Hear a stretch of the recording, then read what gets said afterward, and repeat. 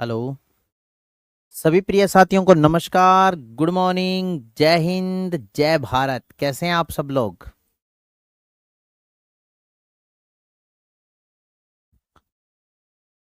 सभी प्रिय साथियों को नमस्कार, गुड मॉर्निंग, जय हिंद, जय भारत। कैसे हैं आप सब लोग? उम्मीद करता हूं आप सब साथी स्वस्थ हो, सब साथी मस्त हो, सब अपनी स्टडी में व्यस्त हो। RWA परिवार में आप सभी प्रिय साथियों का हार्दिक स्वागत एवं अभिनंदन है और स्वागत करने के लिए तैयार है आपका बड़ा भाई, आपका दोस्त, आपका साथी, आपका सहयोगी दीनदयाल पारीक। वेरी गुड, आ जाइएगा सभी जल्दी से। एतराम, नमस्ते सर, बीकानेर राजस्थान से। अंजलि, नीतू, सागर, पूजा, अंकित, पुष्कर वर्मा, संगीता चौधरी, पुष्पा, रचना, पिंकी, जयदेव, दीपिका, पूजा, शिवानी, सोनू, गौरव, पंकज, वाकुल, योगेश।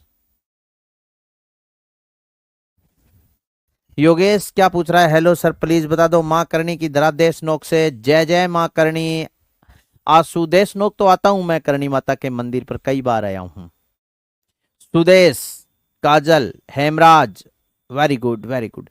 सभी साथियों को नमस्कार, गुड मॉर्निंग। चलिएगा सेशन को कंटिन्यू करते हुए अपने चर्चा करेंगे। राजस्थान के सामान्य परिचय के बारे में अपने चर्चा कर रहे थे और आप मुझे एक बार छोटी सी एक बात बता दो। राजस्थान के सामान्य परिचय में अपने चर्चा कर रहे थे इससे पिछले सेशन में। हाँ, उल्टी खोपड़ी। राम राम उल्टी खोपड़ी। राम राम गुरुदेव भगवान सरनोर से। सुभाशीष राठौड़। वेरी गुड, बताओ जल्दी से। सर 15 तारीख की इकोनॉमिक्स वाली रिकॉर्डेड क्लास अभी तक नहीं डाली है, प्लीज डलवा दीजिए। ओके, बोल दूंगा मैं।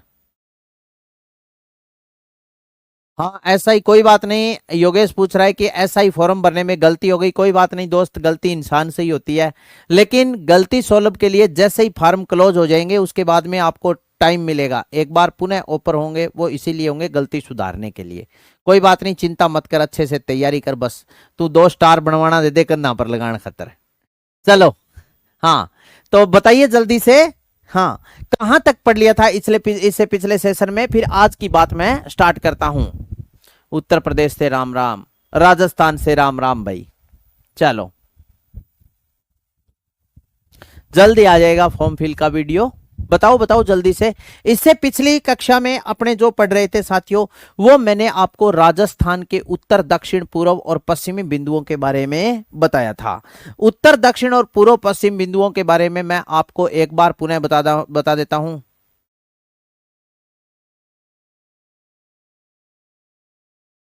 दिनेश सर, अगर मुझे कुछ प्रश्न पूछना हो तो कैसे पूछे? 100 कमेंट करता हूं पर एक भी नहीं पढ़ते हो। कौन कहता है नहीं पढ़ता हूं? जिस किसी को कोई भी प्रश्न में डाउट है, आपको लग रहा है या कोई भी पेपर में आया हो क्वेश्चन है जो आपको नहीं आता, मैंने आपको मेरे मोबाइल नंबर दे रखे हैं। इसे पिछली कक्षा में मैंने आपको बताई भी थी, 9602522548। आप मेरे को व्हाट्सएप पर डाल देना, ठीक है ना? मैं देखते ही आपका रिप्लाई दे दूंगा। चिंता मत करो यार, कहां दिक्कत है। चलिएगा, अब मैं सेशन को कंटिन्यू करता हूं। राजस्थान का परिचय, और राजस्थान के परिचय के बारे में चर्चा करते हुए राजस्थान का परिचय, यही अपने पढ़ रहे थे। राजस्थान का परिचय की आज अपनी कौन सी क्लास है? 7वीं क्लास के आसपास है, बताओ हाँ या ना? तो राजस्थान के परिचय को कंटिन्यू करते हुए अब मैं हेडिंग डाल रहा हूं जो आज आपको पढ़ाऊंगा। राजस्थान का उत्तर, दक्षिण, पूर्व, पश्चिम स्थान। राज्य का उत्तर, दक्षिण, पूर्व, पश्चिम स्थान।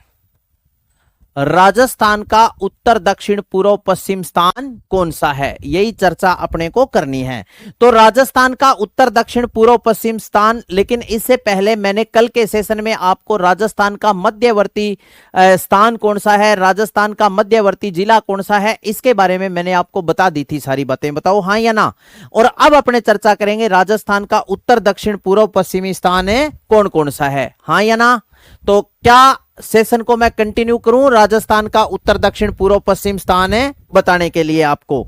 तो साथियों, जैसे राजस्थान का उत्तर दक्षिण पूर्व पश्चिम स्थान के बारे में अपने चर्चा करते हुए कुछ बातें मैंने आपको बता दी थी, लेकिन उसी कड़ी को आगे कंटिन्यू करते हुए कुछ बातें मैं आपको अब बताऊंगा, ठीक है। क्योंकि वहीं से जहां अपने क्लास छोड़ते हैं वहीं से शुरू करते हैं तो आपके अच्छे से पिक्चर क्लियर हो जाती है, अन्यथा थोड़ी सी आपको पता है समस्या रहती है। लेकिन अपने को समस्या तो छोड़नी नहीं है। यहां पर यह राजस्थान का उत्तरी बिंदु है, और राजस्थान का उत्तरी बिंदु आप सभी को पता है कौन सा है, कोणागाम, इंदुमल कोट, श्री गंगानगर। राजस्थान का दक्षिणी बिंदु बोरकुंडा, कुशलगढ़, बांसवाड़ा। राजस्थान का पूर्वी बिंदु सिलाना गांव, राजाखेड़ा, धौलपुर। और राजस्थान का पश्चिमी बिंदु कटरा गांव, सम तहसील, जैसलमेर। बताओ हाँ या ना। तो यह है राजस्थान के हाँ उत्तर दक्षिण पूर्व पश्चिम बिंदु। तो एक बार देखो सुनो, राजस्थान का उत्तरी बिंदु आप याद रखना, यहां पर मैं लिख रहा हूं उत्तरी बिंदु। राजस्थान का उत्तरी बिंदु कौन सा है अगर आपसे पूछ ले तो राजस्थान का उत्तरी बिंदु है, याद रखना, Konagaon. Konagaon, Hindumalkot. Konagaon, Hindumalkot. Hindumalkot, Konagaon, Hindumalkot, Shri Ganganagar. Shri Ganganagar, Konagaon, Indumalkot, Shri Ganganagar Rajasthan का उत्तरी बिंदु है। अगर आपसे पूछ ले राजस्थान का पूर्वी बिंदु कौन सा है तो आपका उत्तर क्या होगा, पूर्वी बिंदु। राजस्थान का बिल्कुल पूर्वी बिंदु है, कौन सा है बताओ जल्दी से। Very good.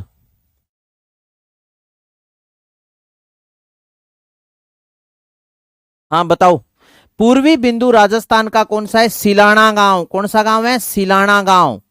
सिलाना गांव, और ये सिलाना गांव पड़ता है राजाखेड़ा में। राजाखेड़ा, सिलाना गांव, राजाखेड़ा, ये आपसे पूछ ले कहां पड़ता है तो आपका उत्तर होगा सिलाना गांव, राजाखेड़ा, धौलपुर।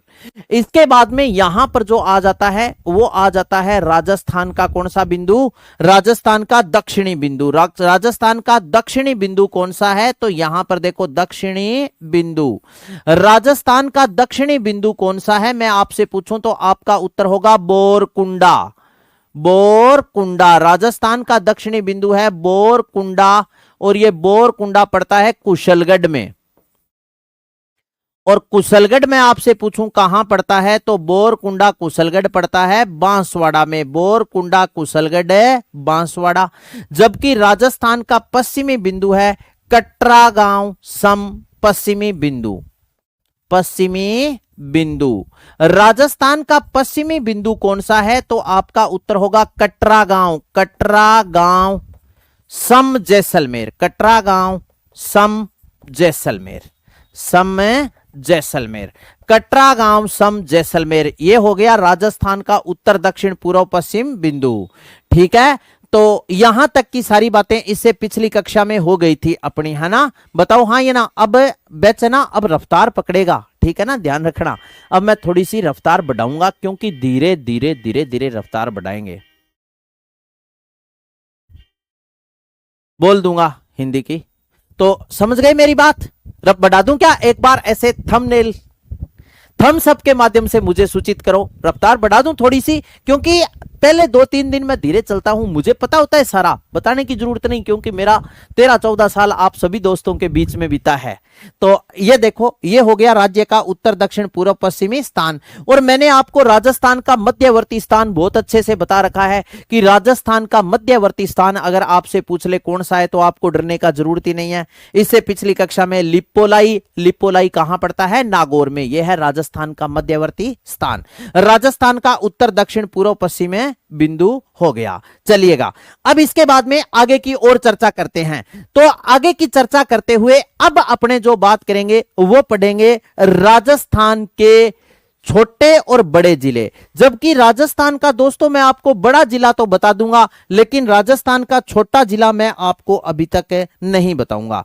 राजस्थान का सबसे बड़ा जिला आप याद रख लेना जैसलमेर है, और राजस्थान का छोटा जिला मेरा मन नहीं करता आपको बताने का, क्योंकि राजस्व बोर्ड ने अभी तक जिलों का क्षेत्रफल नहीं जारी किया, ठीक है ना, इसलिए मैं नहीं बताऊंगा।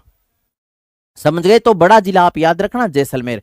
जब जिलों का क्षेत्रफल जारी हो जाएगा, होते ही ऐसा समझो कि मैं करंट अफेयर में खूब अपडेट रहता हूं, इतना अपडेट रहता हूं कि जब आपकी क्लास स्टार्ट करता हूं उससे 15 मिनट पहले तक का हर करंट का अपडेट मेरे पास होता है, ज्योग्राफी से संबंधित किसी भी प्रकार का हो जाए, और आपको अपडेट बिल्कुल मिलेगा। जैसे खेरथल तिजारा का नाम मैंने आपको उसी दिन बता दिया था, भी क्या हो गया, व्रत हरिनगर हो गया था, ठीक है। तो अब अपने बात करते हैं राजस्थान की अन्य देशों से तुलना। नेक्स्ट हेडिंग डालते हैं राजस्थान की अन्य देशों से तुलना। राजस्थान की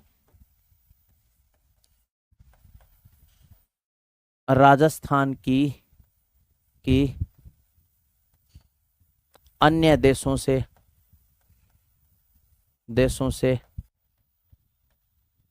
तुलना। राजस्थान की अन्य देशों से तुलना। अब यहां पर क्या करेंगे, इसका मतलब है भी राजस्थान का कंपैरिजन करेंगे अदर कंट्री से। अदर कंट्री से कंपैरिजन करने का मतलब है भी राजस्थान कौन से देश से बड़ा है, कौन से देश से छोटा है, किस देश के राजस्थान बराबर है। तो याद रखना साथियों, अन्य देशों से तुलना, साथियों Japan comma Germany comma Congo republican बराबर राजस्थान। समझ गए क्या इसका मतलब क्या है साथियों? जापान के, जर्मनी के, कांगो रिपब्लिकन के बराबर है राजस्थान का क्षेत्रफल। नेक्स्ट आप याद रखना साथियों, ब्रिटेन से राजस्थान 2 गुना बड़ा है। ब्रिटेन से राजस्थान 2 गुना बड़ा है। ब्रिटेन से राजस्थान 2 गुना बड़ा है। 2 गुना बड़ा है। ब्रिटेन से राजस्थान 2 गुना बड़ा है। इसके बाद में याद रखना, नेपाल से राजस्थान 2 सही 1/2 यानी 2.5 गुना बड़ा है। नेपाल से राजस्थान 2.5 गुना बड़ा है। इसके बाद में नेक्स्ट आप याद रखना, श्रीलंका से राजस्थान 5 गुना बड़ा है। 5 गुना बड़ा है, ठीक है। श्रीलंका से राजस्थान 5 गुना बड़ा है। इसके बाद में आप याद रखना, भूटान की राजधानी कौन सी है? थिम्पू। भूटान से राजस्थान 8 गुना बड़ा है। याद रखना है, बुआ 8 साल की है, गुना बड़ा है। बुआ कितना साल की है? बुआ 8 साल की है। भूटान के बाद में मोस्ट इंपोर्टेंट है, पेपर में सीधा पूछा जाता है, इजराइल से अगर आपसे पूछ ले तो राजस्थान 17 गुना बड़ा है। 17 गुना बड़ा है, ठीक है ना। यह है राजस्थान की अन्य देशों से तुलना। तो जापान, जर्मनी और कांगो रिपब्लिकन के बराबर है कौन? राजस्थान। B2 यहां पर क्या याद रखोगे? B2 जैसे याद रखना, B2 का मतलब है ब्रिटेन से राजस्थान 2 गुना बड़ा है। नेपाल से राजस्थान 2.5 गुना बड़ा है। श्रीलंका से राजस्थान 5 गुना बड़ा है। भूटान से राजस्थान 8 गुना, बुआ 8 साल की है, बुआ टप्पर है, बुआ 8 साल की है। भूटान से राजस्थान 8 गुना बड़ा है और इजराइल से राजस्थान 17 गुना बड़ा है। यह है राजस्थान की अन्य देशों से तुलना। समझ गए? चलिए, राजस्थान की अन्य देशों से तुलना अपनी हो गई। अब अपने बात करेंगे अक्षांश देशांतर के बारे में, ठीक है साथियों। तो नेक्स्ट मैं हेडिंग डालता हूं अक्षांश देशांतर।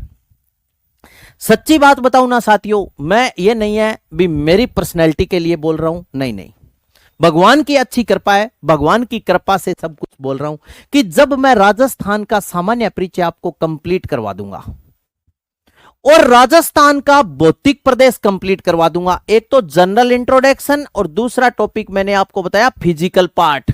जनरल इंट्रोडक्शन और फिजिकल पार्ट, भौतिक प्रदेश, जैसे ही दोनों टॉपिक कंप्लीट हो जाएंगे, ज्यादा तो नहीं कहूंगा दोस्तों, लेकिन राजस्थान का 40% जो राजस्थान की भूगोल है ना, वो आपकी मुट्ठी में होगी, कस के पकड़ेड़ी। पूरी 40% ज्योग्राफी आपकी क्लियर होगी, इसमें कोई संदेह नहीं है, कोई डाउट नहीं है, क्योंकि दोनों टॉपिकों में आपका आधार मैं इतना मजबूत करवा दूंगा कि आपको आगे वाले टॉपिकों में कोई दिक्कत नहीं आएगी। ठीक है, बस इसी दावे के साथ मैं आपको पढ़ाऊंगा और आपने मेहनत करनी है, उसके बाद में मुझे बता देना ये टॉपिक कब तक कंप्लीट होगा। गुरुजी यही पूछ रहे हो का? ये टॉपिक कंप्लीट हो जाएगा, आज अक्षांश देशांतर के बारे में चर्चा करेंगे, इसके बाद में कल अपने बात करेंगे राजस्थान के प्राचीन भौतिक और स्थानीय नाम, फिर पढ़ेंगे district of the Rajasthan epic period, district of the Rajasthan मौर्यतर पीरियड, यानी महाकाव्य काल में राजस्थान के जनपद, और इसके बाद में अपने पढ़ेंगे मौर्योत्तर काल में राजस्थान के जनपद, प्राचीन भौतिक स्थानीय नाम, फिर पूरा हो जाएगा। फिर दूसरा टॉपिक आएगा संभागीय व्यवस्था, राजस्थान में कितने संभाग है और किस प्रकार राजस्थान का डिवाइडेशन हुआ है। चलिएगा, तो हेडिंग डालते हैं अक्षांश देशांतर। जैसे भारत का भूगोल अपने स्टार्ट करते हैं ना, तो भारत का भूगोल यहीं से स्टार्ट करते हैं, अक्षांश देशांतर से। अक्षांश देशांतर, हाँ या ना, अक्षांश देशांतर, मैंने हेडिंग डाली अक्षांश देशांतर। साथियों, मैंने आपको अब तक राजस्थान का मैंने आपको परिचय पढ़ाया, लेकिन मैंने आपको अब तक ये नहीं बताया कि राजस्थान की अक्षांशीय स्थिति 23 डिग्री 3 मिनट उत्तरी अक्षांश से 30 डिग्री 12 मिनट उत्तरी अक्षांश से, नहीं बताई ना। राजस्थान का देशांतरीय स्थिति 69 डिग्री 30 मिनट पूर्वी देशांतर से लेकर के 78 डिग्री 17 मिनट पूर्वी देशांतर है। 69 डिग्री, हाँ या ना, नहीं बताई ना। मेरे को ये बात बताने में यार मजा नहीं आता। क्यों नहीं आता? क्योंकि अक्षांश देशांतर से आजकल ऐसे प्रश्न नहीं आते। तो स्टार्ट करने से पहले थोड़ा सा फोकस करते हैं एक क्वेश्चंस पर और फिर करेंगे आगे की चर्चा। क्वेश्चन है मेरा, अक्षांश के संदर्भ में असंगत है, अक्षांश के संदर्भ में असंगत है, असंगत है, अक्षांश के संदर्भ में असंगत है। पहला है साथियों अक्षांश। अक्षांशों का मुख्य कार्य साथियों अक्षांश स्थिति व दूरी, स्थिति व समय ज्ञात करना। बी है कुल अक्षांश, कुल अक्षांश 181 होते हैं। तीसरा है मध्य का क्षेत्र, किसके? अक्षांशों के मध्य का क्षेत्र, क्षेत्र कटिबंध कहलाता है। कटिबंध को इंग्लिश में जोन बोलते हैं। कटिबंध, अक्षांशों के मध्य का क्षेत्र कटिबंध कहलाता है।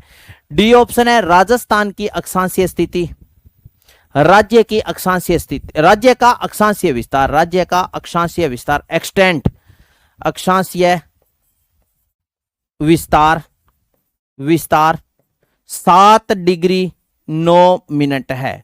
बताओ इनमें से अक्षांश के संदर्भ में कौन सा तथ्य असंगत है, अगर ऐसा प्रश्न आ जाए तो।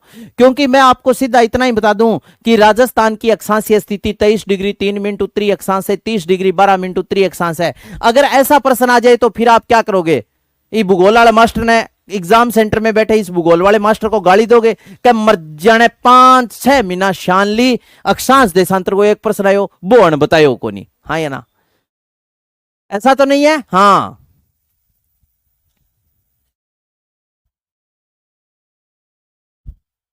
अरे ऐसा ही पढ़ाऊंगा। ए वेरी गुड, डी उत्तर आ रहा है कुछ साथियों का, कुछ साथियों का सी उत्तर आ रहा है। सलोनी शर्मा का ए उत्तर आया है, सौरभ कुमार का ए उत्तर है, मेघराज मीणा का डी उत्तर है, यशपाल का सी है। वेरी गुड, आने दो सी सी सी। साथियों अक्षांशों के मध्य का क्षेत्र कटिबंध कहलाता है, बिल्कुल सही बात है। राजस्थान का अक्षांशीय विस्तार 7 डिग्री 9 मिनट है, इसमें कोई संदेह नहीं है। इंटरव्यू होता है, फिजिकल होता है, सब कुछ होता है। आरडब्ल्यूए आपको पूरी तैयारी करवाएगा, आपकी पूरी जिम्मेदारी आरडब्ल्यूए पर है, ठीक है। और कुल अक्षांश 181 होते हैं, लेकिन अक्षांशों का मुख्य कार्य स्थिति और समय ज्ञात करना, यह गलत है। स्थिति तो होता है, अक्षांश रेखाओं का मुख्य कार्य स्थिति व दूरी बताना है, जबकि यह बात बिल्कुल गलत है। समय ज्ञात करना देशांतर का काम है। समय किससे संबंधित है? देशांतर। ऐसा प्रश्न आ जाए तो खा गए ना गोली आप तो। हाँ, तो यह कहानी आपके समझ में आई क्या? इसमें ए क्या है? असंगत है। तो इसी प्रकार अपने बात करेंगे अक्षांश देशांतर के बारे में। तो साथियों, अक्षांश देशांतर के बारे में बात करते हुए सर्वप्रथम एक छोटी सी बात पढ़ेंगे कि अक्षांश देशांतर जो है, ये इनको लैटिट्यूड लॉन्गिट्यूडनल बोलते हैं, इसमें कोई दिक्कत नहीं है। लेकिन क्यों जरूरत पड़ी इसकी कि आपने यह व्याधि खड़ी करी? क्या आपने यह समस्या की थी क्या कि अपने को पढ़ने पड़ते हैं? साथियों, अक्षांशों का मुख्य काम होता है स्थिति और दूरी बताना। ठीक है, स्थिति और दूरी बताना, at to point location and distance. जबकि देशांतर का मुख्य काम होता है, यानी लॉन्गिट्यूड का मुख्य काम होता है टाइम काउंट करना, समय की गणना करना, ऋतुओं के बारे में बताना नहीं। ठीक है, तो यह है अक्षांश देशांतर का मुख्य कार्य। एक एक बात लिखूंगा, जैसे आपको अगर कहीं जाने का बोल दें तो उस चीज को लेकर आपके दिमाग में 3 क्वेश्चन आते हैं। पहला क्वेश्चन यह आता है कि कोई भी चीज, जैसे किसके बारे में आपको पूछा है, कोई भी चीज, जैसे मान लो मैंने बोल दिया आपको जयपुर जाना है, तो पहला ही आपका क्वेश्चन होगा जयपुर कहां है। इसका मतलब है भी जयपुर की 8 पॉइंट लोकेशन क्या है। ठीक है, इसके बाद में अपने पढ़ते हैं विच इज डिस्टेंस, जिस स्थान पर अपने हैं वहां से जयपुर के बीच की दूरी कितनी है, बताओ हाँ या ना। तो अक्षांश रेखाओं का मुख्य कार्य स्थिति और दूरी ज्ञात करना। इसके बाद में नेक्स्ट बात आती है देशांतर, लॉन्गिट्यूड। इसका मुख्य कार्य क्या होता है? इसका मुख्य कार्य होता है टाइम काउंट करना। पहला प्रश्न होता है जयपुर कहां है, कितना दूर है। मैंने बताया अभी, अब मेरे से जयपुर 550 किलोमीटर के आसपास है, 570-80 किलोमीटर। 570-80 किलोमीटर जयपुर तक पहुंचने में कितना समय लगेगा? अगर यह प्रश्न आ जाए, टाइम काउंट करना है, तो देशांतर रेखाओं का अपने को सहारा लेना पड़ेगा।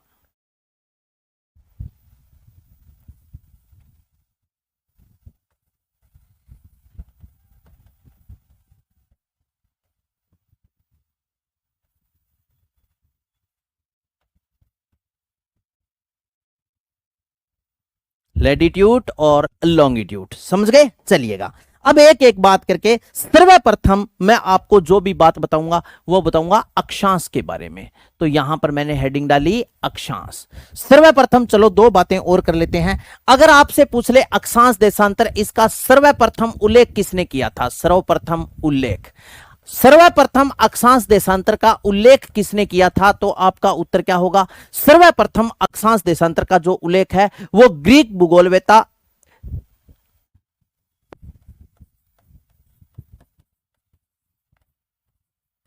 एराटोस्थानीज ने किया था। ठीक है ना,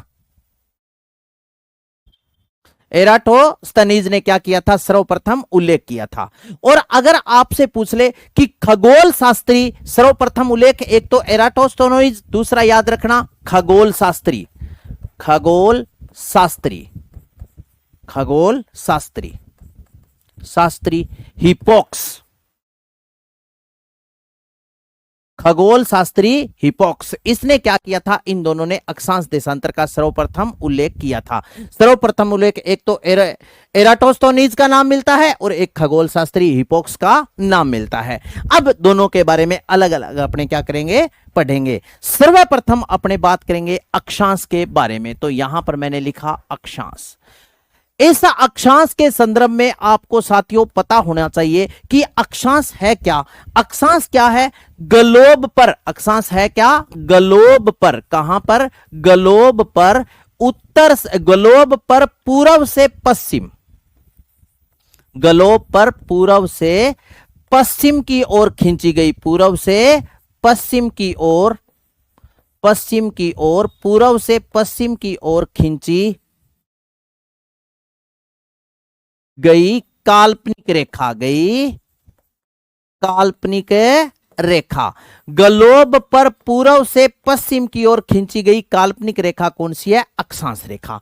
ग्लोब पर कौन सी? पूर्व से पश्चिम की ओर खींची गई काल्पनिक रेखा को अक्षांश रेखा कहा जाता है। समझ गए ना साथियों? धरातल पर तो नहीं है, ये ग्लोब पर ही है। अगर धरातल पर ऐसी रेखाएं होती तो या तो क्या होता कि अगर धरातल पर ऐसी रेखा होती तो या तो बड़ी दीवार निकाली होती और इस दीवार पर लिखा होता इस दीवार पर चढ़ना सख्त मना है क्योंकि यह कर्क रेखा की है, या जमीन के अंदर गहरी खाई होती और थोड़ा सा 500 मीटर दूर लिखा होता सावधान सावधान सावधान, आगे मकर रेखा की गहरी खाई है, खतरा खतरा खतरा। हां, ऐसा क्रॉस का निशान बनाया होता। तो ऐसा तो है ही नहीं, ग्लोब पर खींची गई काल्पनिक ये क्या है? रेखाएं हैं। ठीक है ना? चलो इतना यार मेरे को पता नहीं है राकेश कुमार, मैं हिंदी मीडियम का स्टूडेंट हूं, लेकिन कोशिश करूंगा आपको कुछ वर्ड इंग्लिश में बताने की। ठीक है, चलो। अक्षांश ग्लोब पर पूर्व से पश्चिम की ओर खींची गई काल्पनिक रेखा है अक्षांश रेखा, पूर्व पश्चिम। नेक्स्ट इसके बाद में देखो, सुनो, अब एक एक बात अपने विस्तार से क्लियर करेंगे। इसके बाद में देखो नेक्स्ट बात करते हैं मुख्य कार्य। मुख्य कार्य, अगर आपसे पूछ ले अक्षांश रेखा का मुख्य कार्य, मेन इनका क्या उद्देश्य है, अक्षांश रेखाओं का मुख्य कार्य क्या है, तो आप याद रखना साथियों, मुख्य कार्य है स्थिति। मुख्य कार्य क्या है? मुख्य कार्य याद रखना स्थिति व दूरी बताना। दूरी बताना, स्थिति व दूरी ज्ञात करना। ज्ञात करना, ज्ञात करना। स्थिति का मतलब होता है लोकेशन और दूरी मतलब डिस्टेंस। डिस्टेंस एंड लोकेशन का पता करना, ये इसका क्या होता है? मुख्य कार्य। इसके बाद में अक्षांश रेखाओं के बारे में बता रहा हूं। नेक्स्ट अपने बात करेंगे साथियों कुल अक्षांश। अगर आपसे पूछ ले मुख्य कार्य हो गया, इसके बाद में मध्य का क्षेत्र। मध्य का क्षेत्र, मिड एरिया, मतलब मध्य का क्षेत्र क्या कहलाता है? मध्य का क्षेत्र कहलाता है कटिबंध। इस कटिबंध को इंग्लिश में बोलते हैं जोन। इंग्लिश में इसे क्या बोलते हैं? कटिबंध को जोन कहते हैं। अभी आपको बना के बताऊंगा भी। ये होता है मध्य का क्षेत्र। तो अक्षांशों के मध्य का क्षेत्र क्या कहलाता है? अक्षांशों के मध्य का क्षेत्र क्या कहलाता है? कटिबंध। वैसे कटी कमर को भी बोलते हैं, कमर को बोलते हैं लक 28। कमर को कटी बोलते हैं। कमर के आभूषण होते हैं करदनी, कणकती, तगड़ी, सटका, कटिबंध और कटका पटका।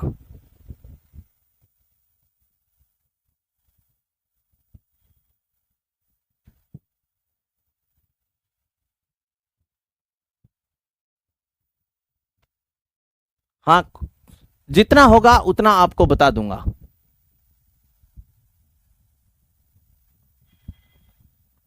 महेंद्र क्या प्रश्न पूछा है यार? तेरा प्रश्न तो आयो ही को नहीं, मेरे को ना गई। ठीक है, चलो। मध्य का क्षेत्र क्या कहलाता है? कटिबंध। चलिएगा, मध्य के क्षेत्र के बाद में बात करते हैं अक्षांशों के मध्य। अक्षांशों के दो अक्षांशों के, ऐसे लिखते हैं, दो अक्षांशों के मध्य दूरी। दो अक्षांशों के मध्य दूरी। दो अक्षांशों के मध्य दूरी होती है 111 किलोमीटर, 111 किलोमीटर। 111 किलोमीटर। दो अक्षांशों के मध्य डिस्टेंस, दूरी कितनी होती है साथियों? 111 किलोमीटर की क्या होती है? दूरी होती है।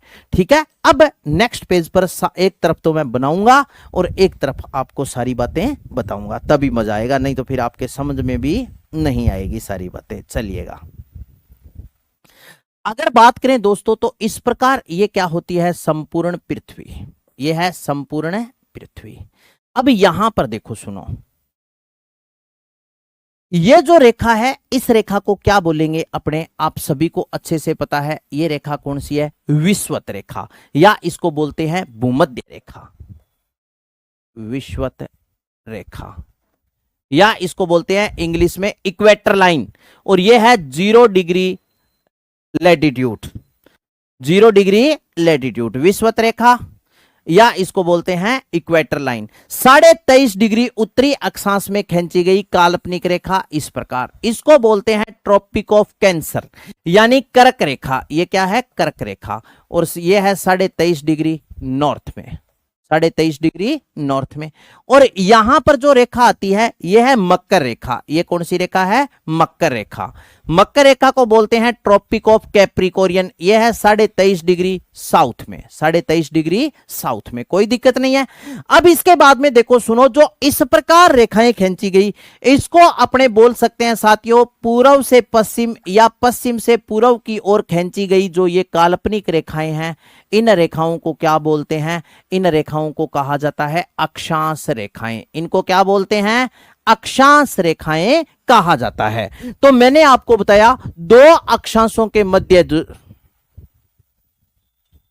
अरे इंग्लिश आनी जरूरी नहीं है संगीता चौधरी, इंग्लिश मीडियम के स्टूडेंट है कुछ है जिनको हिंदी में समझ नहीं आती। हाँ ठीक है, इंग्लिश मीडियम के स्टूडेंट है। Equator line, tropic of cancer line, tropic of capricorn के नाम से इन्हें जानते हैं। और यह है लॉन्गिट्यूड। ठीक है, कर्क रेखा आपको बोलते हैं।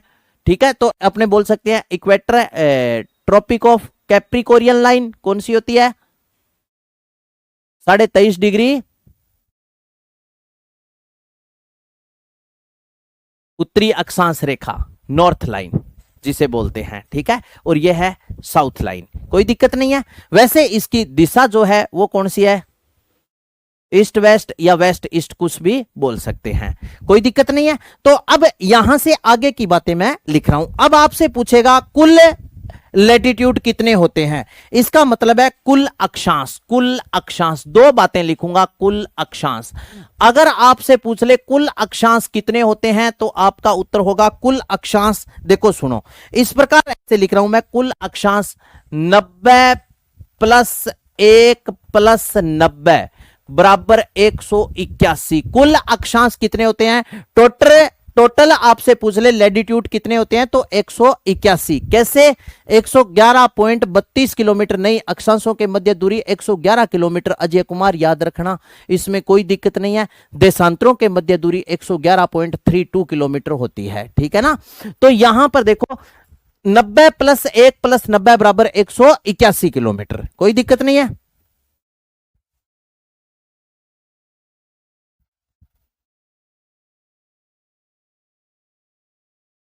क्या लिख दिया यार महेंद्र कुमार है, क्यों टाइम खराब कर रहा है भाई दोस्त? लिख दे जल्दी से, मैं सभी के कमेंट देख रहा हूं, या फिर मैं पढ़ना ही बंद कर दूंगा।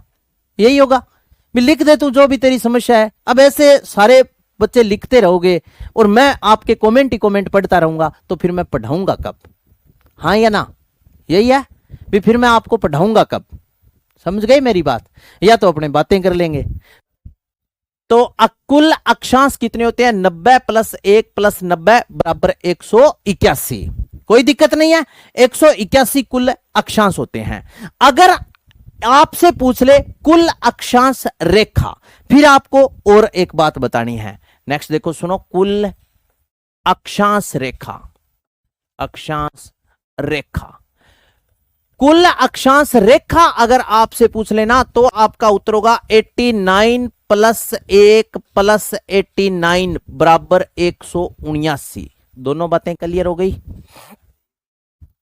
ये रहा क्वेश्चन जयपुर से, आपके डिस्टेंस में कितना टाइम लगेगा ये लॉन्गिट्यूड से कैसे? अरे यार आगे चालन तो दे महेंद्र कुमार जी, आगे जाने दे मेरे को दोस्त। पहला ही यार तुम कमाल होगी। ईशा पर्सन, एक बात ध्यान सुन लियो, मास्टर के कदी आगे और गधा के कदी पीछे नहीं चलना चाहिए, दोनों ही बहुत घातक हुआ है। समझ गया कि? तो आगे जाने तो दे, फिर बताऊंगा तेरे को। अभी तक तो मैं इसकी बेसिक बात बता रहा हूं। एक बात बताऊं क्या आपको? इंटरनेशनल टाइम, नेशनल टाइम निकालना सिखा दूंगा, कहां कितना टाइम हो गया। और ऐसे आप अगर टाइम खराब करोगे तो साथियों फिर मेरे को इग्नोर करना ही पड़ेगा। मैंने आपको 100 बार बोल दिया कि जब मेरा टॉपिक कंप्लीट हो जाए, मैं जब ये तेरे को बोल दूं ना कि मैंने अक्षांश देशांतर पूरा करवा दिया, तब तू पूछ लेना, तेरे दिमाग में एक भी क्वेश्चन नहीं बचेगा। अब बाद में ये ऐसा कमेंट मत करना। तो कुल अक्षांश रेखा 89 + 1 + 89 बराबर 179 होती है। अब कुल अक्षांश में और कुल अक्षांश रेखा दोनों वर्डों में बहुत अंतर है। ध्यान से देखना साथियों, अगर इसको मैं पॉइंट ऑफ व्यू मैथ की दृष्टि से बात करूं तो जैसे एक तो है ये मैथ में और एक है ये। इसको मैथ में क्या बोलते हैं? इंग्लिश में जिसको पॉइंट बोलते हैं, हिंदी में उसे बोलते हैं बिंदु। इंग्लिश में जिसको पॉइंट, हिंदी में बिंदु, इसको इंग्लिश में बोलते हैं लाइन और हिंदी में बोलते हैं रेखा। बताओ हाँ या ना? क्या रेखा को बिंदु बोल सकते हैं? किसी का रेखा बिंदु नाम है ना, तो दिल पर मत लेना, मैं नहीं जानता किसी का नाम। रेखा को बिंदु नहीं बोल सकते और बिंदु को रेखा नहीं बोल सकते, यह बात आप ध्यान रखना। रेखा को बिंदु नहीं बोल सकते, बिंदु को रेखा नहीं बोल सकते। अगर बिंदु के सामने रेखा का नाम लेते हैं तो भी मामला गड़बड़ में है, रेखा के सामने बिंदु का नाम लेते हैं तो भी मामला गड़बड़ में है। तो देखो साथियों, यहां से अगर अपने काउंटिंग करना स्टार्ट करें तो यह क्या है? एक 0 डिग्री अक्षांश रेखा विषुवत, ये एक लाइन है, यह भी रेखा है, यह भी रेखा है, यह भी रेखा है, यह भी रेखा है, लेकिन यहां रेखा क्या बन गया? बिंदु। यह बिंदु एक अक्षांश तो है, बिंदु एक लैटिट्यूड तो है, ये जो पॉइंट है ये लैटिट्यूड तो है, लेकिन लाइन नहीं है। लाइन का मतलब है रेखा नहीं है। तो समझ गए मेरी बात? ये भी बिंदु, ये बिंदु, ये अक्षांश तो है। तो कुल अक्षांश तो हो गए 181 और कुल अक्षांश रेखा पूछे तो कितनी हो गई? 179, क्योंकि दोनों तरफ एक एक क्या हो गए? माइनस हो गए। दोनों तरफ एक एक क्या हो गए? माइनस हो गए। अब देखो सुनो, नेक्स्ट अपने बात करते हैं अक्षांश रेखाओं की। आगे आप क्या याद रखना है? याद रखना अक्षांश रेखाओं की लंबाई, अक्षांश रेखाओं की अक्षांश रेखाओं की लंबाई असमान व मध्य की दूरी समान होती है, ऐसे प्रश्न पेपर में पूछे जाएंगे आपसे, डीपली क्वेश्चन आ जाए तो, क्योंकि आप एसआई की तैयारी कर रहे हो। बिल्कुल आप ऐसा समझना कलेजा काट के निकाल रहा हूं, इससे आगे प्रश्न नहीं पूछे जाएगा। समझ गए? अक्षांश रेखाओं की लंबाई असमान व मध्य की दूरी समान होती है। समझ गए दोनों बात? अक्षांश रेखाओं की लंबाई देखो, जितनी लंबी लाइन ये है इतनी लंबी ये नहीं है। जैसे जैसे ध्रुवों की तरफ जाते हैं अक्षांशों की लंबाई कम होती जाती है। ध्रुवों की तरफ जाएंगे तो अक्षांशों की लंबाई क्या हो जाएगी? कम होती जाएगी। ठीक है? ये नॉर्थ साइड और साउथ साइड, जैसे ही आप नॉर्थ और साउथ साइड में जाओगे तो जैसे जैसे इनकी लंबाई क्या होती जाएगी? कम होती जाएगी। बताओ सही बात है या गलत बात है? लेकिन मध्य की दूरी क्या है? समान है। नेक्स्ट बात याद रखना साथियों, एक बात नोट लगा करके लास्ट में लिखवा दूंगा, अक्षांश देशांतर की इकट्ठी। जो ये लैटिट्यूड है ना, ये तो पूर्ण वर्त बनाती है, यानी पूरा का पूरा रेडिएशन पूरा गोला बनाती है। समझ गए?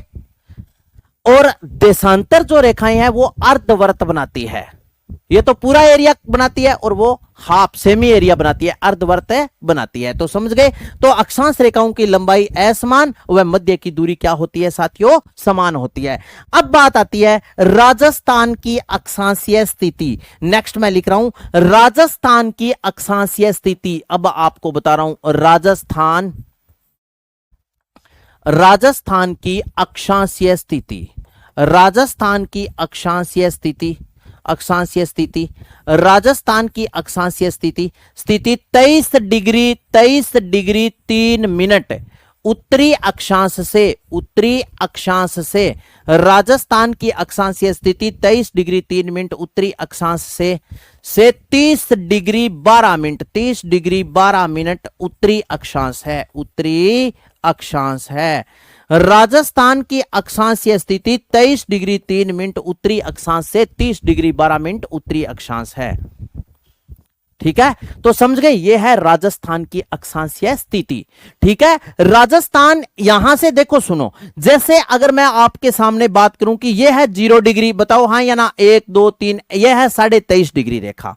आपको मैंने पिछली कक्षा में बताया था कि कर्क रेखा राजस्थान से होकर गुजरती है, बताओ हाँ या ना? कर्क रेखा राजस्थान से होकर गुजरती है तो इस प्रकार ऐसे पड़ता है अपना सुंदर राज्य, पावन धरा, देवों की भूमि राजस्थान, और यह है अपना सुंदर राज्य राजस्थान। ये क्या है? राजस्थान। तो मैंने आपको यही बताया है कि राजस्थान की अक्षांशीय स्थिति 23 डिग्री 3 मिनट उत्तरी अक्षांश से 30 डिग्री 12 मिनट उत्तरी अक्षांश है। बताओ सही बात है या गलत बात है? जैसे राजस्थान यहां से स्टार्ट हो गया तो अपने यहां ऐसे लिखेंगे 23 डिग्री 3 मिनट और यहां पर राजस्थान समाप्त हुआ तो 30 डिग्री 12 मिनट। बताओ हाँ या ना, क्योंकि कर्क रेखा राजस्थान के मध्य से होकर गुजरती है। अब इसके बाद में आ जाता है राजस्थान का अक्षांशीय विस्तार। अगर आपसे पूछ ले कितना है तो आपका उत्तर क्या होगा, एक्सटेंट। राजस्थान का अक्षांशीय, राजस्थान का अक्षांशीय विस्तार, राजस्थान का लैटिट्यूड एक्सटेंट कितना है, तो राजस्थान का अक्षांशीय विस्तार है दोस्तों, कैसे निकालेंगे, 30 डिग्री 12 मिनट में से 23 डिग्री 3 मिनट क्या कर देंगे माइनस, 12 में से 3 जाने के बाद में 9, 30 में से 23 जाने के बाद में 7, तो राजस्थान का अक्षांशीय विस्तार कितना है, आपका उत्तर हो जाएगा 7 डिग्री 9 मिनट। राजस्थान का अक्षांशीय विस्तार है 7 डिग्री 9 मिनट, समझ गए। राजस्थान का अक्षांशीय विस्तार 7 डिग्री 9 मिनट। अब पेपर में मैंने अक्षांशों के संदर्भ में आपको जितनी बातें बताई है, इससे बाहर कोई भी क्वेश्चन से नहीं पूछा जा सकता, समझ गए। हाँ बिल्कुल, दो अक्षांशों के मध्य दूरी 111 किलोमीटर आप याद रख लेना। और बिल्कुल एग्जैक्ट आपको और बता दूं, कोई साथी कमेंट भी कर रहा था, ये लो 111 किलोमीटर मैंने आपको बताया। यहां पर कौन दोस्त वो कमेंट कर रहा था, यहां 111.13 किमी, ये याद रख लेना, ये बिल्कुल ऑथेंटिक है। ये जो दूरी लिखी हुई है, ये जितने भी मान लीजिए माध्यमिक शिक्षा बोर्ड की या जो भी प्रमाणिक किताबें हैं, ठीक है, उन सभी में लिखी है 111.13 किलोमीटर, तो कोई दिक्कत नहीं है, ठीक है। 111 किलोमीटर ऑप्शन में है तो नो डाउट, अगर वो नहीं है बिल्कुल एग्जैक्ट पूछे तो 111.13 111.13 किलोमीटर आप याद रख लेना। बस यही आपका क्वेश्चन था। तो बताओ कोई दिक्कत, पहले अपने को वो चीज याद करनी है जो बहुत ही 1 मिनट में दिमाग में आ जाए। आपने एक चीज याद कर ली ना, उसके साथ 2 ऐड करनी आसान होती है, जबकि 2 नई चीजें याद करनी बहुत मुश्किल काम होता है। तो अक्षांशों की सारी बातें आपके समझ में आई तो एक बार दोस्तों आप मुझे ऐसे बता दीजिए, फिर मैं आगे बढ़ता हूं। अब अपने बात करेंगे देशांतर के संदर्भ में सारी बातें। पहले किसके संदर्भ में सारी बातें की है, अक्षांश के संदर्भ में। अब किसके संदर्भ में करेंगे सारी बातें, देशांतर के संदर्भ में। तो यहां पर मैं हेडिंग डाल देता हूं देशांतर। देशांतर, चलिएगा, देशांतर को क्या बोलते हैं, लॉन्गिट्यूड बोलते हैं, ठीक है ना। देशांतर को क्या बोलते हैं, लॉन्गिट्यूड बोलते हैं। अब देखो उत्तर से, वहां तो अपने लिखा क्या लिखा, पूर्व से पश्चिम की ओर खींची गई काल्पनिक रेखा, यहां लिखेंगे उत्तर से दक्षिण की ओर खींची गई काल्पनिक रेखा। उत्तर से दक्षिण की ओर, दक्षिण की ओर, उत्तर से दक्षिण की ओर खींची गई काल्पनिक, उत्तर से दक्षिण की ओर खींची गई काल्पनिक रेखा, ये क्या कहलाती है, उत्तर से दक्षिण की ओर खींची गई काल्पनिक रेखा क्या कहलाती है, देशांतर रेखा कहलाती है। वही मेन उद्देश्य, मेन पर्पज क्या है, अगर आपसे पूछ ले मुख्य उद्देश्य क्या है तो आपका उत्तर क्या होगा, मुख्य उद्देश्य। तो देशांतर रेखाओं का मुख्य उद्देश्य होता है समय की गणना करना। क्या होता है, समय की गणना करना, इसका मुख्य उद्देश्य होता है समय की गणना करना। उत्तर से दक्षिण की ओर खींची गई काल्पनिक रेखा देशांतर रेखा है, इनका मुख्य कार्य होता है समय की गणना करना, यानी टाइम काउंट करना। इसके बाद में नेक्स्ट बात आ जाती है मध्य का क्षेत्र। वही बात है, मध्य का क्षेत्र वहां पर अपने पढ़ा था, अब यहां पर भी पढ़ेंगे मध्य का क्षेत्र क्या कहलाता है। तो यहां पर मैंने लिखा मध्य का क्षेत्र, मध्य का क्षेत्र, तो याद रखना मध्य का क्षेत्र कहलाता है। तो अक्षांशों के मध्य का क्षेत्र कटिबंध और देशांतरों के मध्य का क्षेत्र गोरे कहलाता है। मध्य का क्षेत्र क्या कहलाता है, गोरे। इसके बाद में आ जाती है 2 अक्षांशों के मध्य दूरी पड़ी, अब अपने पढ़ेंगे 2 देशांतरों के मध्य दूरी। तो आगे मैं लिख देता हूं 2 देशांतरों के मध्य दूरी, के मध्य दूरी। 2 देशांतरों के मध्य दूरी कितनी होती है, तो आपका उत्तर होगा 111.32 किमी। दो देशांतरों के मध्य दूरी 111.32 किलोमीटर होती है। और यह बात याद रखना, सर्वाधिक, नेक्स्ट देखो सुनो, 111.32 किलोमीटर, यह सर्वाधिक दूरी कहां होती है आपसे पूछ ले तो सर्वाधिक होती है, सर्वाधिक भूमध्य रेखा पर, सर्वाधिक भूमध्य रेखा पर। और ये ध्रुवों की तरफ, ध्रुवों की तरफ कम होती जाती है, कम होती जाती है। ठीक है ना, ध्रुवों की तरफ क्या होती जाती है, कम होती जाती है। तो दो देशांतरों के मध्य दूरी 111.32 किलोमीटर, सर्वाधिक भूमध्य रेखा पर, ध्रुवों की तरफ कम होती जाती है। चलिएगा नेक्स्ट, इसके बाद में बातें और लिखेंगे। चलो आगे की फिर मैं और बात एक लिख रहा हूं, इंपॉर्टेंट वो है। अगर आपसे पूछ ले कि कुल देशांतर, तो कुल देशांतर में आपका उत्तर क्या होगा?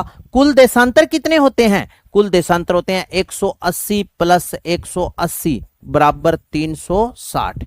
कुल देशांतर कितने होते हैं? 360। 180 प्लस 180 बराबर कितने हो गए? 360 हो गए। मध्य का क्षेत्र गोरे कहलाता है। दो देशांतरों के मध्य दूरी 111.32 किलोमीटर, मध्य का क्षेत्र क्या कहलाता है? हाँ, इसके बाद में एक बात और याद रखना, दो देशांतरों के मध्य सूर्य समय में अंतर 4 मिनट का रहता है। ठीक है ना, और आपको निकालना भी अभी मैं बताऊंगा, चिंता मत करो, एक बार लिख लो। दो देशांतरों के मध्य, दो देशांतरों के मध्य सूर्य समय में अंतर, सूर्य समय में अंतर, दो देशांतरों के मध्य सूर्य समय में अंतर बराबर आप लिखना, बराबर 4 मिनट का अंतर है, 4 मिनट का। दो देशांतरों के मध्य सूर्य समय में अंतर कितना होता है? 4 मिनट का। चलो समझ में आ गई सारी बात। अब देखो सुनो, अब मैं अक्षांश बनाऊंगा, देशांतर बनाऊंगा, तो आपके पूरी की पूरी बातें क्लियर हो जाएगी। ठीक है, यह है संपूर्ण पृथ्वी। अब देखो सुनो, इस प्रकार जो काल्पनिक रेखाएं खींची गई, इस प्रकार ऐसे, इन रेखाओं को क्या बोलते हैं? इन रेखाओं को बोला जाता है देशांतर रेखाएं। इस प्रकार ऐसे, इसको अपने क्या बोलते हैं? कौन सी डायरेक्शन से कौन सी डायरेक्शन की तरफ हो गई ये? इस प्रकार ऐसे, उत्तर से अपने ऐसे बोल सकते हैं, कौन सी दिशा से कौन सी दिशा की तरफ?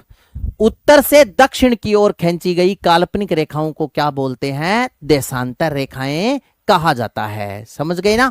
अब स्वाभाविक सी बात है कि जो 0 डिग्री देशांतर रेखा है, यह है 0 डिग्री, एल का मतलब है लॉन्गिट्यूड, 0 डिग्री पूरा लिख देता हूं, 0 डिग्री देशांतर। समझ गए? अब 0 डिग्री से इधर तो है पूर्वी देशांतर और इधर है पश्चिमी देशांतर। यह बात मैंने आपको पहले दिन ही क्लियर है करवा दी थी। समझ गए? अब देखो सुनो, अक्षांश की तरह देशांतर रेखा कितनी होती है सर? अरे ये तो बताया है, ये लो। अरे रेखा इसमें ऐसा कोई नहीं है, वो पॉइंट वाला नहीं है, ये रेखा ही है सारी। 360 होते हैं कुल देशांतर, रेखा वाला ऐसा कोई सिस्टम नहीं है राठौड़। समझ गए? तो 360। इसके बाद में देखो, अब आपको इंपॉर्टेंट बात और बता रहा हूं, उस पर आप फोकस करना थोड़ा सा। साथियों, ये जो देशांतर रेखाओं में मैंने आपको बताया कि दो देशांतरों के मध्य सूर्य समय में 4 मिनट का अंतर रहता है। दो देशांतरों के मध्य सूर्य समय में 4 मिनट का अंतर रहता है। कैसे? जैसे माना ये 0 डिग्री है, इसके बाद में जैसे अपने 1 डिग्री देशांतर पर जाएंगे तो अपने को कितना टाइम लगेगा? 4 मिनट। 2 डिग्री पर आएंगे तो फिर कितना टाइम लगेगा? 4 मिनट। कैसे 4 मिनट का अंतर रहता है? माना कि आप मुझे बताएं, आप सुबह 7 बजे उठे। कितने बजे उठे? समझ लेना अब अच्छे से। आप सुबह जैसे मान लो 7 AM पर उठे, तो 7 AM पर जैसे ही आप उठे, आपने यहां पर सूरज देखा। बताओ हाँ या ना? 7 के बाद में फिर कितना बजेगा? 8, 9, 10, 11, 12, 13, 14, 15, 16, 17, 18, 19, 20, 21, 22, 23, 24, 1, 2, 3, 4, 5, 6 और 7। क्या साथियों, आज 7 बजे जहां सूरज था वहीं कल होगा? बिल्कुल होगा, इसमें कोई संदेह नहीं है। तो 24 घंटों में पृथ्वी क्या हो जाती है, 360 डिग्री रोटेट हो जाती है। गोला रेडिएशन, गोला कितने डिग्री का होता है, 360 डिग्री का। अगर 24 घंटे में पृथ्वी 360 डिग्री रोटेट होती है तो प्रत्येक 1 घंटे में कितनी रोटेट होगी, तो 360 को 24 से क्या करेंगे, भाग देंगे। 24 से कम 24 और 24 15 होता है 360। प्रत्येक 1 घंटे में पृथ्वी का 15 डिग्री सूर्य के सामने से होकर निकलेगा। प्रत्येक 1 घंटे का मतलब है भी यहां से यहां 1 घंटे में 15 डिग्री, फिर 15 डिग्री, फिर 15 डिग्री, फिर 15 डिग्री। अगर 1 घंटे में 15 डिग्री निकलेगा तो 1 घंटे में अगर 15 डिग्री अंश सूर्य के सामने से होकर निकलेगा तो अपने मिनट भी तो ज्ञात कर सकते हैं। 1 घंटे में मिनट कितनी होती है, 60 और कितना 15। तो 15 को अपने 60 से करेंगे, 60 को क्या करेंगे 15 से डिवाइडेशन करेंगे तो 15 चौका क्या होता है 60। 0 डिग्री देशांतर से 1 डिग्री देशांतर पर जाने पर 1 डिग्री देशांतर पर अपने जाएंगे तो कितना टाइम लगेगा, 4 मिनट टाइम लगेगा। कैसे, जैसे माना 180 देशांतर यहां से लेकर के यहां तक है, 180 देशांतर पूर्व में है और 180 देशांतर कहां है, पश्चिम में। हाँ, 180 देशांतर पूर्व में है और 180 देशांतर पश्चिम में। तो मान लीजिए अपने एक देशांतर को पार करने में 4 मिनट का टाइम लगेगा तो 180 को 4 से मल्टीप्लाई करें, 4 एकम 4 और 4 आठा 32, 0 0 0 2 4 3 720। 720 मिनट के घंटे कितने होते हैं साथियों, आपसे पूछ ले तो 12 घंटे। बताओ हाँ या ना। भी जैसे यहां से यहां तक आने में 12 घंटे और फिर यहां से यहां तक आने में 12 घंटे, 12 और 12 कितने होते हैं, 24 घंटे। समझ गए। 720 के घंटे बनाएंगे तो 60 से भाग देंगे, 0 से 0, 6 एकम 6 और 12 छिक्के कितने होते हैं, 72। बताओ हाँ या ना। तो अब कहानी ये समझ में आई। मैंने आपको ये बताया कि 2 देशांतरों के मध्य सूर्य समय में 4 मिनट का क्या रहता है, अंतर रहता है। पूर्व की तरफ ये समय क्या होता है, बढ़ता है और पश्चिम की तरफ घटता है। लेकिन ये बात अभी नहीं करेंगे, जब मैं राजस्थान में आपको सूर्य की स्थिति समझाऊंगा तब ये सारी बातें पढ़ाऊंगा। तो बताओ कहानी समझ में आई या उपाकरू छलांग लगागी। अभी चिंता मत करना, अगर ना समझ में आई तो थे डरियो ना, क्योंकि ये बातें एक बार फिर आवेगी अजय रनिंग में। गुरुजी एक बार फिर कद आएगी, एक बार फिर आएगी ये बातें और एक बार फिर ये बातें आएगी जब आपको पता है अपने क्या करेंगे, तब आएगी ये बातें। एक बार जब राजस्थान में सन पोजीशन, यानी राजस्थान में अपने सूर्य की स्थिति पढ़ेंगे ना, सन पोजीशन इन द राजस्थान, तो ये फिर आ जाएगी ये बातें। ये है 0 डिग्री देशांतर। तो समझ गए। मैंने आपको बताया 2 देशांतरों के मध्य सूर्य समय में कितना, 4 मिनट का अंतर रहता है। नेक्स्ट देखो, सुनो, अब अपने बात करेंगे आगे। देखो आगे क्या बात करेंगे, देशांतर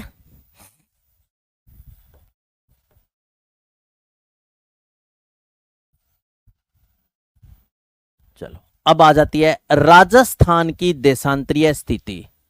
राजस्थान की देशांतरीय स्थिति, अगर मैं आपसे पूछूं कि राजस्थान की देशांतरीय स्थिति क्या है तो आपका उत्तर क्या होगा। राजस्थान की देशांतरीय स्थिति है 69 डिग्री 30 मिनट, 69 डिग्री 30 मिनट पूर्वी देशांतर से, पूर्वी देशांतर 69 डिग्री 30 मिनट पूर्वी देशांतर से 78 degree 17 minute, 78 degree 69 degree 30 minute पूर्वी देशांतर से 78 डिग्री 17 मिनट पूर्वी देशांतर, पूर्वी देशांतर। यह है राजस्थान की देशांतरीय स्थिति।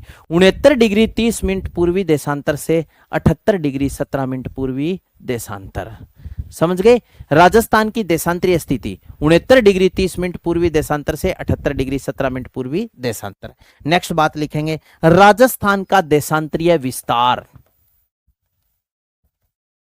राजस्थान का देशांतरीय विस्तार, राजस्थान का देशांतरीय विस्तार कितना है तो आपका उत्तर हो जाएगा 8 डिग्री 47 मिनट। यह है राजस्थान का देशांतरीय विस्तार। टाइम भी हो गया साथ में आगे की क्लास का। तो इस प्रकार देखो, सुनो, जैसे ये अपनी रेखा थी, ये कौन सी थी, भूमध्य रेखा, और यहां पर है अपना सुंदर राज्य राजस्थान। बताओ हाँ या ना। राजस्थान से एक ही रेखा होकर के गुजरती है और वो कौन सी रेखा, कर्क रेखा। तो यहां पर तो है 69 डिग्री 30 मिनट और यहां पर है 78 डिग्री 17 मिनट। ये कल मैं आपको मैप पर है और बताऊंगा। बताओ समझ में आई के बात, समझ में तो आ गई ना सभी के। ठीक है, ओके, ऑल द बेस्ट। मिलते हैं ब्रेक के बाद, तब तक के लिए आप सभी को राम राम। कल के सेशन को मैं यहीं से स्टार्ट करूंगा, इसी पेज को लगा करके, और आगे की बातें अच्छे से हो जाएगी। Okay, all the best.